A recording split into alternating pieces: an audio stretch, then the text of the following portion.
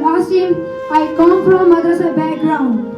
I study Darul Kirmania Batina Ganderbal. I would like to thank Almighty Allah and Alpine's Academy giving me a chance to enhance my communication skills.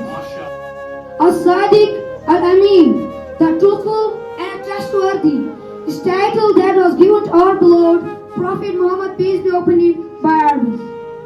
But do you know what is more interesting that he was rewarded as As-Sadiq Al-Amin, not only by Muslims but also by non-Muslims of Arab and the worldwide. Quran must be a doctor.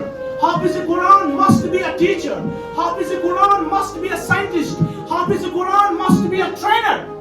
And this is the mentality we have to set from here. That not only we have to just be the imam of the masjids, no, we have to be in every profession. Because in every profession, one truthful person can change the whole society.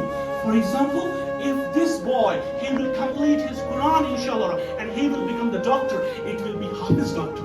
If this person, he will Hafiz the Quran and he will become a teacher, it will be the Hafiz Quran teacher. And it will serve this whole humanity, it will serve this whole society. This is what we have to think from here.